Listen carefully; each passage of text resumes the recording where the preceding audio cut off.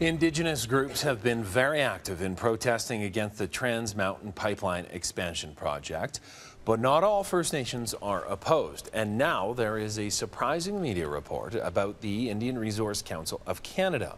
The council represents 134 First Nations, and the chief executive says the majority of them are interested in buying the Trans Mountain Pipeline expansion project.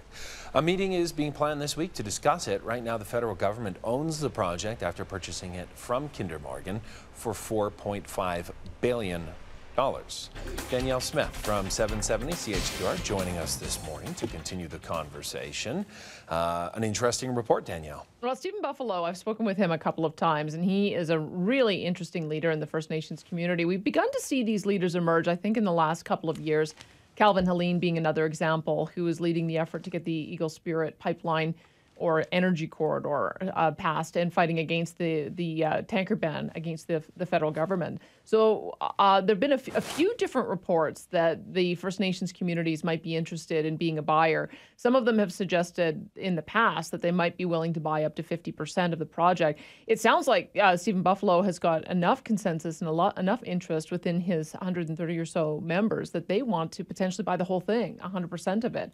And so they have they're in Calgary over the next couple of days talking through some of the business models that they might use to put that together. So we'll try to talk to Stephen Buffalo today, but also talk to some investment industry advisors who can talk about how difficult or some of the challenges or how easy it might be to raise the money that is necessary for this. Not only would they have to raise presumably $4.5 billion to buy the existing line off of the federal government, but there is an estimated $7.6 billion that's needed to be raised to do the expansion. So, and you know how these projects go. It starts at one number and then it can very easily be 50% higher or even double. And so do they have the internal capacity to do that? Probably not, but do they have the capacity to draw in investors?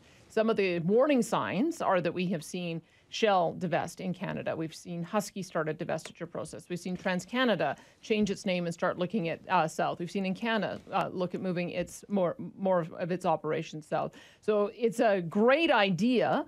The question is it going to be enough to turn the tide on those investment dollars and bring them back in? We're going to explore that a little bit. This is one conversation. Is there any exploration on the other side of things of within the Indigenous community? Now, there are traditional values that still stand, and many traditional leaders within these Indigenous communities that are still challenging this, and yet then you have the other legitimized in Canadian society leadership group that are standing up to this. Where does that put the community within itself, Danielle? I don't think that we should be surprised at all that you've got polar opposite viewpoints in Indigenous communities. We have polar opposite viewpoints in Calgary and Alberta and Canada. This is just sort of, I think our mistake in the past has been treating those voices against development as if they were the majority and as if there wasn't dissension in the community. I'm really delighted that what has happened now is by pushing it too far, as I believe that some of the advocates and activists have, it's created this backlash of people who recognize and value the environment just as much,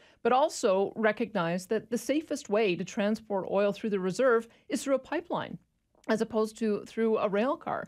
That the best way for them to be able to address the poverty issues on reserve is to ensure that people have good jobs to go to. So I think that this is a far more balanced perspective. I'm so glad that Stephen Buffalo is one of the voices leading it.